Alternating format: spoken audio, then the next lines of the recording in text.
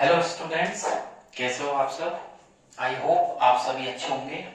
और चलते हैं आरजी सर के साथ, आज की क्लास कंटिन्यू करते हैं। और आज की जैसे कि क्लास फिजिक्स की है, तो फिजिक्स की क्लास में मैंने लास्ट क्लास में आपको रिफ्रैक्शन के बारे में पढ़ाया था, है ना।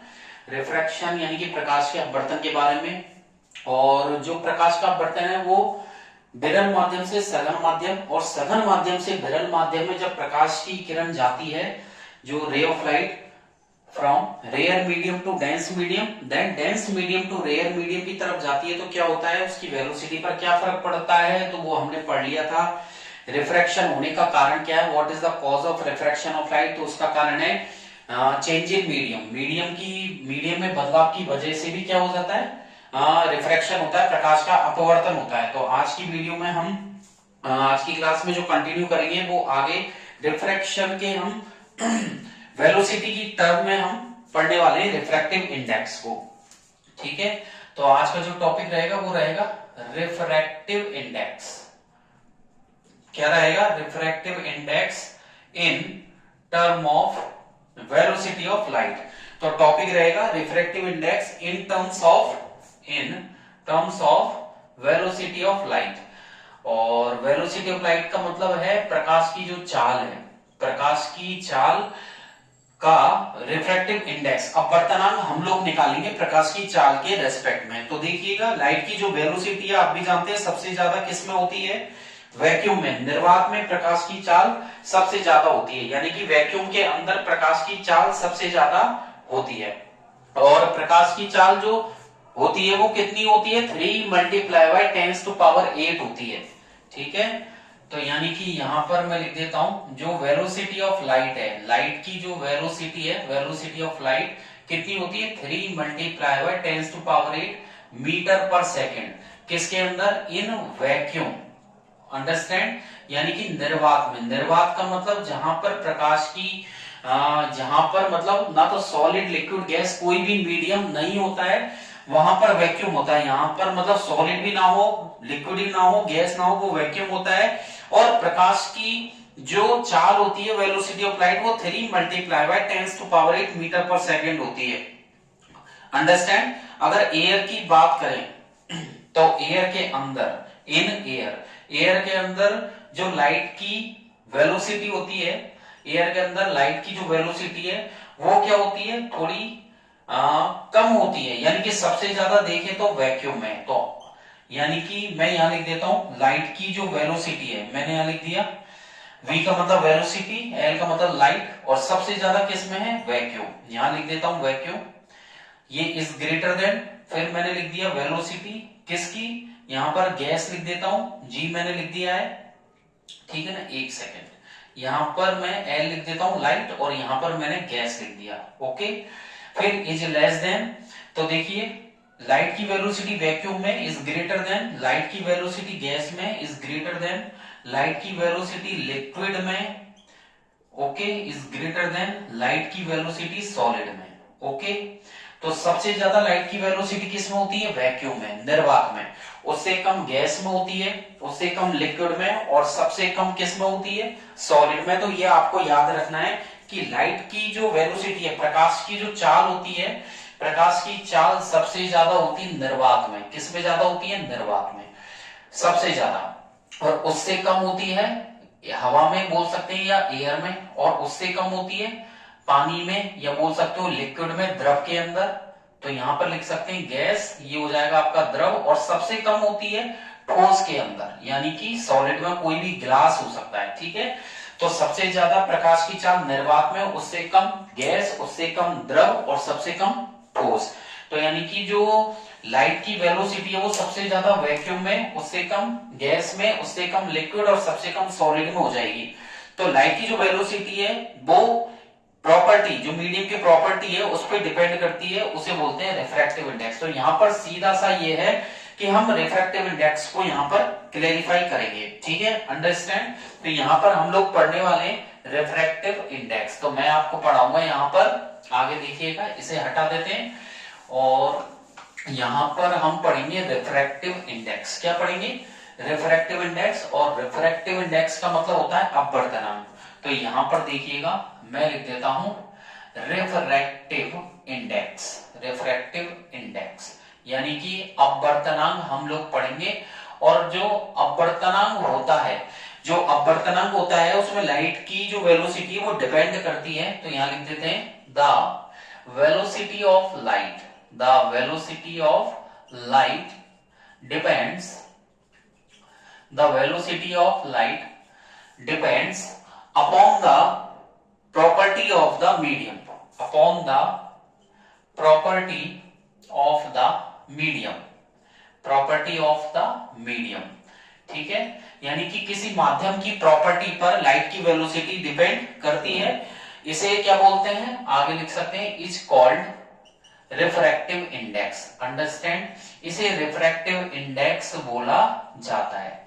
ओके, हिंदी में क्या होता है, अपवर्तनांक जो प्रकाश की चाल है वो किसी माध्यम पे डिपेंड करती है, माध्यम की गुणवत्ता पे डिपेंड करती है। तो प्रकाश की चाल का किसी माध्यम की प्रॉपर्टी पर, गुणवत्ता पर डिपेंड होना ही अपवर्तनांक कहलाता है। और रिफ्रैक्टिव इंडेक्स है जिसमें आप ये भी लिख सकते हैं कि जो लाइट की वेलोसिटी है एयर के अंदर, ठीक है ना, उसका रेशियो, लाइट की वेलोसिटी मीडियम के अंदर जो रेशियो होता है उसको भी रिफ्रैक्टिव इंडेक्स बोलते हैं। अगर कोई चाहता है नहीं साहब ये वाली याद नहीं, दूसरी करना चाहो तो सिंपल सी है, द रेशियो, रेशियो ऑफ, किसका रेशियो, अनुपात, किसका अनुपात, the ratio of velocity of light, the ratio of velocity of light in air. Okay, या वैक्यूम भी लिख सकते हो, या किसी हवा में या निर्वात में जो लाइट की वेलोसिटी होती है उसका रेशियो किससे, to the velocity of light, to the velocity of light in medium, किसी माध्यम के अंदर, इनका रेशियो। तो the ratio of velocity of light, प्रकाश की चाल किसी हवा में या फिर निर्वात में दूसरे मीडियम के अंदर प्रकाश की चाल का जो रेशियो निकलता है वही उसका रिफ्रैक्टिव इंडेक्स है। और ये 2 नंबर का क्वेश्चन है, इसको अच्छे से आप लोग कर लेना, या तो ये वाली डेफिनेशन लर्न कर लेना आप, या ये वाली कर लेना, दोनों ही इजी है। तो लाइट रेशियो, किसका रेशियो, अनुपात होता है प्रकाश की चाल, हवा में किसी गैस में प्रकाश की चाल का किसी माध्यम में प्रकाश की चाल से जो अनुपात होता है वही अपवर्तनांक कहलाता है। The ratio of velocity of light in air or vacuum to the velocity of light in medium is called refractive index। और रिफ्रैक्टिव इंडेक्स का फॉर्मूला यहां पर लिख देता हूं मैं। रिफ्रैक्टिव इंडेक्स का फॉर्मूला क्या हो जाएगा, तो यहां पर हेडिंग डाल देते हैं फॉर्मूला, और रिफ्रैक्टिव इंडेक्स का फॉर्मूला है, रिफ्रैक्टिव इंडेक्स बराबर velocity of light, velocity of light in air और वैक्यूम, यानी कि निर्वात में और हवा में प्रकाश की चाल upon velocity of light, velocity of light in medium, माध्यम के अंदर। ठीक है, ये आपका फॉर्मूला हो जाएगा। ये फॉर्मूला 1 नंबर का, इसको अच्छे से आपको याद करना है, यहां स्टार लगा देता हूं मैं, इसको याद कर लेना आप। तो रिफ्रैक्टिव इंडेक्स है मतलब अपवर्तनांक का फॉर्मूला बन गया, प्रकाश किसी गैस में निर्वात में प्रकाश की चाल बटे माध्यम के अंदर प्रकाश की चाल, ये रिफ्रैक्टिव इंडेक्स का फॉर्मूला हो जाएगा। और रिफ्रैक्टिव इंडेक्स का जो सिंबल होता है वो होता है म्यू। आपको लेफ्ट वाली टांग को पकड़ के खींचना, म्यू बराबर सी अपॉन वी। क्या हो जाएगा, म्यू बराबर सी अपॉन वी, ये आपको याद करना है। ये भी आपका 1 नंबर का फॉर्मूला, अच्छे से याद कर लेना, म्यू बराबर सी अपॉन वी। सी क्या है, लाइट की वेलोसिटी, यहां पर मैं लिख देता हूं where c is the velocity of light, velocity of light, light की वेलोसिटी हो गई जिसकी वैल्यू 3 मल्टीप्लाई बाय 10⁸ मीटर पर सेकेंड होती है। तो लाइट की वेलोसिटी है 3 मल्टीप्लाई बाय 10⁸ मीटर पर सेकेंड। ठीक है, और आगे चलते हैं कि जो फैक्टर्स कौन कौन से होते हैं रिफ्रैक्टिव इंडेक्स, किसी माध्यम का रिफ्रैक्टिव इंडेक्स पर कौन कौन से फैक्टर्स होते हैं जो डिपेंड करते हैं। तो जो हमारा नेक्स्ट टॉपिक रहेगा वो आपके रहेगा रिफ्रैक्टिव, कौन कौन से जो फैक्टर्स हैं जो रिफ्रैक्टिव इंडेक्स पर डिपेंड करते हैं। तो यहां पर मैं टॉपिक लेता हूं factors on which refractive index, on which refractive index. ठीक है, कौन कौन से फैक्टर है, factors on which refractive index of a medium depend, ठीक है, ऑफ ए मीडियम डिपेंड्स, यानी कि कौन कौन से माध्यम है जिन पर, यानी कि कौन कौन से माध्यम है, वो फैक्टर कौन कौन से हैं जिन पर किसी माध्यम का रिफ्रैक्टिव इंडेक्स डिपेंड करता है, कौन कौन से फैक्टर है। तो फैक्टर तो क्या है कि जैसे जो रे ऑफ लाइट आती है वो डेंस मीडियम या मीडियम चेंज की वजह से भी जो रिफ्रैक्शन होता है, तो यहाँ पर यही क्वेश्चन है कि कौन कौन से ऐसे बिंदु है जिस पर किसी माध्यम का अपवर्तनांक निर्भर करता है, कौन कौन से बिंदु हैं जिन पर किसी माध्यम का अपवर्तनांक या किसी मीडियम का रिफ्रैक्टिव इंडेक्स डिपेंड करता है। तो देखो डेंसिटी पर डिपेंड करता है, मीडियम की डेंसिटी क्या है, तो देखिए यहां पर मैं मेंशन कर देता हूं स्क्रीन पर, डेंसिटी ऑफ मीडियम, माध्यम की डेंसिटी, डेंसिटी को बोलते हैं घनत्व, घनत्व सबसे बड़ा फैक्टर होता है किसी माध्यम का घनत्व जिस पर किसी माध्यम का रिफ्रैक्टिव इंडेक्स डिपेंड करता है, ठीक है। और दूसरा पॉइंट होता है एक तो नेचर, ठीक है, नेचर, यहां पर मैं स्क्रीन पर लिख देता हूं, nature of medium, nature of material, nature of material, किसी जो मटेरियल है उस मटेरियल का नेचर क्या है, nature of material of the medium, understand, of the medium. तो मीडियम में जो मटेरियल है उसका नेचर क्या है, उस पर डिपेंड करता है, लाइट की वेवलेंथ पे भी डिपेंड करता है, वेवलेंथ ऑफ लाइट, तो यहां पर मैं मेंशन कर देता हूं वेवलेंथ ऑफ लाइट, प्रकाश की वेवलेंथ क्या है, और कलर पे भी डिपेंड करता है, कलर ऑफ लाइट, अंडरस्टैंड। तो देखिए कौन कौन से फैक्टर्स है, कौन कौन से बिंदु है जिन पर किसी माध्यम का अपवर्तनांक डिपेंड करता है, कौन कौन से। तो पहला तो है कि उसकी डेंसिटी क्या है माध्यम की, माध्यम में जो मटेरियल है उसकी प्रकृति क्या है, जो लाइट है उसकी तरंगदैर्घ्य कितनी है, वेवलेंथ यानी कि तरंगदैर्घ्य कितनी है, और कलर लाइट का कैसा है। तो ये कुछ फैक्टर्स हैं जिन पर डिपेंड करते हैं। अब मैं आपको लेके चलता हूं, मैं कुछ आपको मटेरियल्स के रिफ्रैक्टिव इंडेक्स बताने वाला हूं। तो हम पढ़ेंगे अब एब्सोल्यूट यानी कि निरपेक्ष मान बताऊंगा मैं आपको रिफ्रैक्टिव इंडेक्स के, यानी कि हम एब्सोल्यूट रिफ्रैक्टिव इंडेक्स पढ़ने वाले हैं, निरपेक्ष अपवर्तनांक पढ़ने वाले हैं, एक इंडेक्स मैं आपको बनवाऊंगा कुछ मटेरियल्स की। तो यहाँ पर मैं बता देता हूं आपको, हेडिंग है यहाँ पर एब्सोल्यूट रिफ्रैक्टिव इंडेक्स, तो हेडिंग रहेगी एब्सोल्यूट रिफ्रैक्टिव इंडेक्स। तो मैं आपको निरपेक्ष अपवर्तनांक बताऊंगा, ठीक है, ऑफ सम मटेरियल, कुछ पदार्थों के, है ना, कुछ सब्सटेंसेस के मैं आपको यहां पर क्या बताऊंगा, एब्सोल्यूट यानी कि निरपेक्ष मान, निरपेक्ष मान या निरपेक्ष अपवर्तनांक मैं यहां आपको बताने वाला हूं। तो हिंदी में तो हो गया निरपेक्ष अपवर्तनांक कि कौन से मीडियम में किस पदार्थ का क्या रहता है, आपको अच्छे से याद करना है, ठीक है। यहां पर तो हम ले लेते हैं मटेरियल, एक साइड तो मैं लिख देता हूं मटेरियल मीडियम, मटेरियल कौन सा मीडियम है, और यहां पर हम लिख देते हैं वैल्यू ऑफ रिफ्रैक्टिव इंडेक्स, मैंने आर डॉट लगाया, इसका मतलब रिफ्रैक्टिव है, निरपेक्ष यहाँ पर मतलब अपवर्तनांक की वैल्यू क्या है। तो देखिएगा सबसे पहले हम एयर से स्टार्ट करें, तो एयर की वैल्यू होती है 1.003, क्या याद करोगे आप, एयर की 1.0003, ठीक है ना, एयर की वैल्यू आप याद करोगे 1.0003 याद करोगे, ठीक है, 1.003 एयर है, और एयर यहाँ पर इंपॉर्टेंसी रखता है, ठीक है। एयर के बाद हम लोग याद कर लेना, एयर के बाद आप आइस का कर लेना 1.31, 1.31 होती है इसकी, 1.31 याद करनी है। वाटर की आपको यहाँ पर वाटर की आपको 1.33 क्या याद करनी है, 1.33 याद करनी है। अल्कोहल की आपको 1.36 याद करनी है। तो देखो एयर की कितनी है 1.003, आइस की 1.31, वाटर की 1.33, अंडरस्टैंड, और यहां पर अल्कोहल की 1.36 है, ये अच्छे से याद कर लेना भैया यहाँ पर, अंडरस्टैंड। केरोसिन की अगला देखिए केरोसिन। केरोसिन की आपको याद करनी है 1.44 याद करनी है। क्या याद करनी है? 1.44। आगे की तरफ चलते हैं तो इनको आप नोट कर लीजिएगा अच्छे से। केरोसिन की हो गई 1.44। आप यहाँ पर फ्यूज्ड क्वार्ट्ज भी कर सकते हैं, ठीक है। टर्पेंटाइन ऑयल की भी है, मैं इंपॉर्टेंट बता देता हूं आपको। यहाँ पर जो क्राउन ग्लास है, क्राउन ग्लास, क्राउन ग्लास की आपको याद करनी है 1.52। क्या याद करनी है? 1.52 याद करनी है, ये भी इंपॉर्टेंट है, ठीक है। कनाडा वॉल्सम आपको याद करनी है, कनाडा वॉल्सम, ये सब मटेरियल है।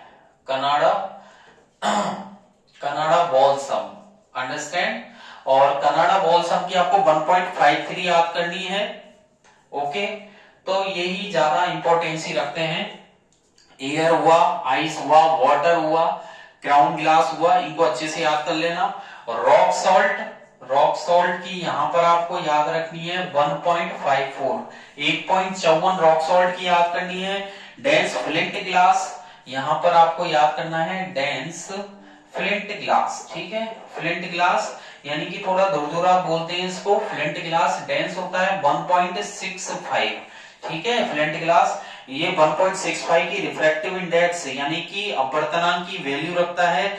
सैफायर, सैफायर की आप लोग याद कर लेना, सैफायर, सैफायर की हो जाएगी 1.77 के करीब होती है, ठीक है। 1.77 आप लोग याद कर लेना अच्छे से। रूबी की, और जो भी मैं बता रहा हूं सारे बढ़ते हुए क्रम में, ठीक है। रूबी यहां पे लिख देता हूं, रूबी की 1.71, ठीक है। तो अब तक मैंने स्टार्ट की थी एयर से 1.0003 से, फिर 1.31, 1.33। तो मैं जितनी भी वैल्यू बता रहा हूं आपको यहाँ नोट करवा रहा हूं, तो आप गौर कीजिएगा, सब इंक्रीजिंग ऑर्डर में, बढ़ते हुए में। तो ये ट्रिक भी हो गई एक तरीके से। आपको मिनिमम जो वैल्यू ध्यान रखनी है वो 1.003 ध्यान रखनी है, जो एयर की रहेगी। फिर 1.31 आपके थी आइस की, 1.33 वाटर की थी, 1.36 अल्कोहल की थी, 1.44 आपके केरोसिन की थी। तो सब में देखो थोड़ा थोड़ा सा गैप है, ऐसे कोई ज्यादा दिमाग भी नहीं लगाना, इतना प्रेशर नहीं डालना, थोड़ा थोड़ा सा है। इसके बाद में फ्यूज क्वार्ट्ज 1.46 है, टर्पेंटाइन ऑयल है 1.47 है। इसके बाद देखिएगा क्राउन ग्लास है, वैसे बेंजीन भी आता है 1.50। बेंजीन के बाद क्राउन ग्लास हो गया आपके 1.52, कनाडा बॉल्सम 1.53, रॉक सॉल्ट 1.54, ठीक है। इसके बाद जैसे कार्बन डाई सल्फाइड का 1.63 भी है, कार्बन डाई सल्फाइड CS2, इसका फॉर्मूला है CS2 1.61 जो होता है किसका, रॉक सॉल्ट 1.54 है। और carbon disulphide, carbon disulphide मतलब CS2, इसका फॉर्मूला है, ये हो जाएगा 1.63। कितना हो जाएगा? 1.63 है इसका, ठीक है। इसके बाद आता है डेंस फ्लिंट ग्लास 1.65, सैफायर 1.77 है आपके, और डायमंड है लास्ट में, आपको याद कर लेना डायमंड। और डायमंड का जो होता है 2.42, 2.42 होता है, डायमंड का भी इंपॉर्टेंट है, ठीक है। तो देखिए डायमंड सॉलिड होता है, इसका अपवर्तनांक है 2.42, यानी कि इसका जो एब्सोल्यूट आपके बोलते हैं रिफ्रैक्टिव इंडेक्स है वो 2.42 होता है। इसको अच्छे से आप लोग नोट कर लेना, ठीक है। अब हम रिफ्रैक्टिव इंडेक्स की तरफ मैं लेके चलूंगा आपको मीडियम 2 से मीडियम 1 की तरफ। अगर आपसे पूछ ले रिफ्रैक्टिव इंडेक्स, और रिफ्रैक्टिव इंडेक्स यानी कि अपवर्तनांक अगर दो माध्यमों में हो, कहां से, रिफ्रैक्टिव इंडेक्स ऑफ मीडियम 2, तो पहला हेडिंग पढ़ेंगे, आपसे पूछ ले रिफ्रैक्टिव इंडेक्स, रिफ्रैक्टिव इंडेक्स कौन से का, ऑफ मीडियम 2। आपके दूसरे माध्यम का refractive index with respect to medium first, with respect to medium first, यानी कि 2 का 1 के साथ पूछे, किसका, 2 का 1 के साथ पूछा जाए। तो देखिएगा दो माध्यमों मीडियम फर्स्ट और सेकंड, यदि मीडियम सेकंड का रिफ्रैक्टिव इंडेक्स मीडियम फर्स्ट के साथ पूछे तो हम लिखेंगे N21। क्या लिखेंगे? N21। किसका पूछ रहा है? 2 का, तो 2 को पहले लिखेंगे। किसके साथ पूछ रहा है? मीडियम फर्स्ट, तो फर्स्ट को बाद में लिखना है। अगेन रिपीट कर रहा हूं, किसका पूछना चाह रहा है, मीडियम 2 का, तो n के नीचे 2 पहले लिखना है, किसके साथ, 1 के साथ, तो 1 को बाद में लिखना है, तो n21 हो जाएगा। तो n21 बराबर यहां पर लिखना है speed of light, speed of light in medium first, speed of light in medium first upon speed of light in medium 2, speed of light in medium second. Understand, ये हो जाएगा, ठीक है। और इसके नीचे आप लोग लिख सकते हैं n21 बराबर v1 अपॉन v2, v1 मतलब लाइट की वेलोसिटी मीडियम फर्स्ट में, v2 लाइट की वेलोसिटी मीडियम सेकंड में, तो ये आपका फाइनल हो जाएगा। और यदि दूसरा पूछे मीडियम फर्स्ट का, अब यहां पर जैसे पहला हेडिंग है मीडियम 2 का और दूसरा हेडिंग ये हो जाए कि refractive index of medium first हो जाए विद, आगे कह दे with respect to medium first, medium second, medium second. पहले में मीडियम 2 का पूछा था, अब मीडियम फर्स्ट का पूछ रहा है। ध्यान से सुनिएगा, पहले में मीडियम 2 का था, अब मीडियम फर्स्ट का है। पहले में मीडियम 2 का मीडियम फर्स्ट के साथ था, पहली वाली हेडिंग में मीडियम 2 का फर्स्ट के साथ, अब है मीडियम फर्स्ट का 2 के साथ, समझ रहे हो। तो मीडियम 2 का फर्स्ट के साथ, तो 2 को पहले लिखना, 1 को बाद में। सुना ध्यान से, 2 का 1 के साथ, तो 2 का पहले लिखना है, फर्स्ट बाद में। अब 1 का 2 के साथ है तो n12 कर दो अपॉन, पहले b1 अपॉन b2 था, अब b2 अपॉन b1 कर दीजिए और कुछ नहीं करना, फाइनली ये हो जाएगा आपके, ठीक है। पहले था n21 बराबर b1 अपॉन b2, अब करना है n12, क्या करना है, n12 बराबर b2 अपॉन b1, n12 बराबर b1 b2 upon v1। Understand, आज के लिए बस इतना ही करेंगे। नेक्स्ट क्लास में मैं कुछ आपको अंकित प्रश्न है न्यूमेरिकल से भी करवाऊंगा रिफ्रैक्टिव इंडेक्स के, ठीक है। तो इसे तो घर पे कंटिन्यू करते रहिए। रिफ्रैक्टिव इंडेक्स के बाद मैं आपको लेके चलूंगा स्फेरिकल लेंस पर, मैं आपको गोलीय लेंस के बारे में बताऊंगा, उसके टाइप्स के बारे में बताऊंगा, उसके नेचर के बारे में बताऊंगा, उसके कितने प्रकार है, कौन कैसा बिहेव करता है, उसके बारे में भी मैं लेके चलूंगा। आज की क्लास आपको अच्छी लगी हो तो लाइक तो बनता है और बेल आइकन पर जरूर क्लिक कर दीजिएगा। डिस्क्रिप्शन में मैंने लिंक दी हुई है जिस पर टेलीग्राम की लिंक है, जिसको ज्वाइन करके आप नए क्वेश्चंस अपनी अपडेटिंग कर सकते हैं। जो भी कमेंट, जो भी आपके क्वेश्चन क्वेरी हो कमेंट बॉक्स में आप कर सकते हैं, आपको वहां सेटिस्फाइड आंसर मिलेगा। अंडरस्टैंड, तो बने रहिए आरजी सर के साथ, लाइक और शेयर करते रहें, ठीक है। और आगे कंटिन्यू क्लासेस करते रहें, फिजिक्स केमिस्ट्री की अल्टरनेट क्लासेस लेते रहें। Thank you, bye bye. Study बराबर चलनी चाहिए सबकी, ठीक है, ठीक, बाय बाय।